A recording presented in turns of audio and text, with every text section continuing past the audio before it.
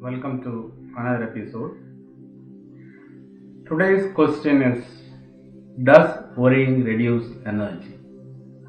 Today's question what we are going to say is, does worrying reduce our energy? Yes, worrying does reduce our energy. Mind wants to get occupied with something because we spend our time and thought about future possibilities of things going wrong or past incidents of what has gone wrong. So we either worry about the future or the past, where in future where things can go wrong, that we worry about, and about the past, what has gone wrong, we worry about. Future planning to a certain extent is required. You can't live without a proper plan. But worrying is not going to take us anywhere. It is going to dissipate our energy and clarity of thinking, and also affects us considerably physically also. So first we will see some quotes from J.Krishnamurti from On Love and Loneliness. We would say there is nothing to do, that life is vain, empty. So the mind occupies itself and keeps worrying. At however high level, worry is still a worry. And a worrying, agitated mind can never understand any problem. It can go only round and round in circles, hoping to find a way out. And that is what it does. A mind that is constantly occupied is seeking a result, an end, goal. And to such a mind, the means is not important at all. So that is a quote from J. Krishnamurti. Next we will see from Vigyan Bhairav Tandra and Rebellious Spirit, two books of Osho, quotes from that. You are given only one moment at a time, and you are wasting that moment in planning and worrying about the future. And the future never comes. What comes is always here, now. It is a series of nows. One now, another now, like that. But you are always living in now. There is no future. So how can you worry about the future? It is because of this kind of worrying and planning for the future that a certain proverb exists in all languages of the world. Man goes on desiring, planning, worrying about the future, and God goes on disappointing him. So man goes on worrying and planning for the future, but God continuously disappoints him. And there is no God to disappoint you. It is your own very planning. You are sowing the seeds of disappointment. In your very worrying about the future, you are wasting the present. That is the reason the future becomes bad, because you waste the present time worrying about the future instead of acting at the present time. And slowly it becomes your second nature to worry about the future. So when the future comes, it will come as the present. And because of your habit of worrying about the future, you will waste that moment also in worrying about the future. Your whole life. You will go on worrying about the future whole life. When the future comes, the future which you are expecting, that will be a present, right? But at that moment, the whole future which you thought about, which comes as a present, you worry about the future. You don't act on it. You don't enjoy it. That's how we spend the whole life worrying. You will stop only when the death comes. and takes away all the possibility of the future. We stop only when the death comes, when there is no possibility of future. But we have missed the whole life. You could have lived, you could have only planned, but you only planned. Instead of living, you only planned. Live intensely and totally now, because the next moment will be born out of this moment. And if you have lived it totally joyously, you can be absolutely certain that the next moment will bring more blessings, more joy. I have here 3 professors of philosophy were having a discussion on the railway station. The train was standing in the platform. There were a few minutes before it was due to leave. But they got so involved in the discussion. They were professors, so they got so involved in whatever they are discussing intensely. The discussion went on. So the bell rang, the train started, and hurriedly 2 of them climbed into the train. One professor was standing in the platform and he started crying. The porter who was standing nearby, he asked the professor, "Why are you crying? At least 2 of your colleagues have got into the train. Don't worry." The professor replied, "That is the whole problem. The guys who got in, they came here to send me off. I was the one who is supposed to go. Those 2 were supposed to return back home."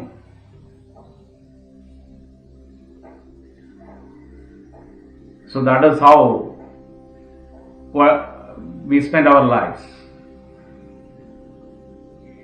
We worry a lot. In the haste, we miss the train, and the wrong people get into that train. So stop this habit of worrying. Stop this habit of planning too much. Of course, you require a little bit of plan, but don't plan too much. Don't worry about future. If tomorrow comes, you will be there. And if you know how to live joyously and dancingly, your tomorrow will be full of dance and joy. But worrying about the ultimate, you will miss the immediate. And the ultimate is hidden in the immediate. That is very important. Listen to this. By worrying about the ultimate, you will miss the immediate. And the ultimate is hidden in the immediate. Ultimate is always hidden in the immediate.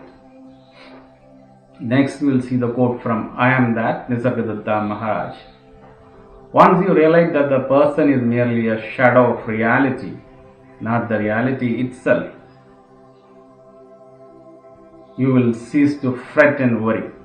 You agree to be guided from within, and the life becomes a journey into the unknown. But why worry so much about causation? What do causes matter when things themselves are transient? When things are transient, why do you worry about the cause? The effect will vanish in due time. Let whatever comes come, and let go of whatever goes. Why to catch hold of the things and inquire about their causes? As long as you worry about sin and virtue, you will have no peace. Abandon all self-concern. Worry not about your welfare, material or spiritual. Abandon every desire, gross or subtle. Stop thinking of achievement of any kind. You are complete here and now. You need absolutely nothing. You create the world and then worry about the world. Freedom is freedom from worry. So this is again very important sentence. You create the world and you worry about it. And freedom is freedom from worry. Having realized you cannot influence the results, that you cannot influence the result. Pay no attention to your desires and fears. Let them come and go. Don't give them the nourishment of interest and attention. Then we will see Mother's Agenda, Volume 12. Also, worrying does no good. I shall be this, I shall be that. What shall be? What shall I be? Say I am ready to be what I want, but what the divine wants me to be. All the rest should go on that base. Also, worrying does no good. I shall be this, I shall be that. What shall I be? I am ready to be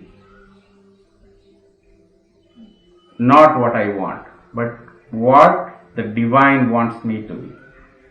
I am ready to be not what I want to be, but what the divine wants me to be. All the rest should go on that basis. Then from the Esoteric Healing by Alice A. Bailey, we will see how worrying affects our body physically. Agitation in the body, any violent activity under stress of temper, intense worry or prolonged irritation will pour a stream of astral energy into and through the solar plexus center and will galvanize that center into a condition of intense disturbance. This next affects the stomach and pancreas, the gallbladder. Few people are free from indigestion, from undesirable gastric conditions, or from trouble connected with the gallbladder. Few of the people who worry. Worry and irritation are dangerous because they lower the vitality of the man to such a point that he becomes susceptible to disease. The scourge of influenza has its root in fear and worry, and once the worry settles down to freedom from the present fearful condition, we shall see the disease die out. They are so highly infectious from the astral point of view that they lower in a particular manner the astral atmosphere and thus make it hard for people in the astral sense to breathe freely. Because the astral conditions of fear, worry and irritations are so widespread today that they might be regarded as epidemic in a planetary sense. Because irritation is inflammatory in its effects and inflammation is hard to bear, this leads to much difficulty. It is interesting to note that certain form of eye trouble are caused by this. Because worry and irritation prevent true vision, they shut out the view. The man who is a victim of these conditions sees nothing but the cause of his complaints and is so submerged through self-pity, self-consideration, or in a focused negative condition that his vision is narrowed and his group hindered. Remember that there is group selfishness as well as individual selfishness. Then we will see quote from Zen Money, 83 Steps to Zen Success by Derek Sharpe. If it bothers you, don't worry about it.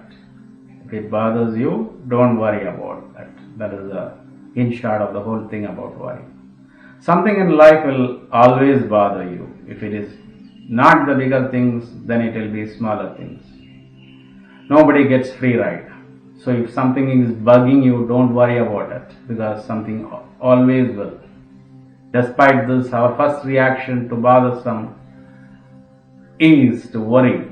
Worry is now so normal that idea of forgetting our troubles is considered hearsay. We waste our time fretting about gloomy scenarios, actively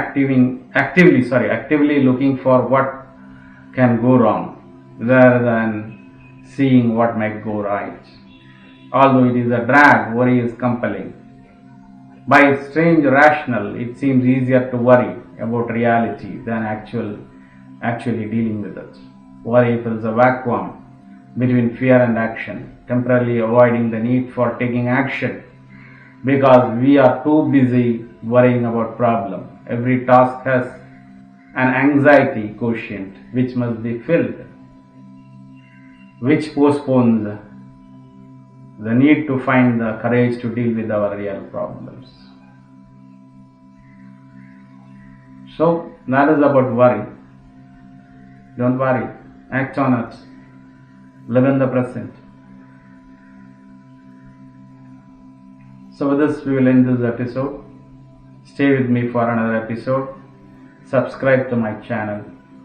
Thank you.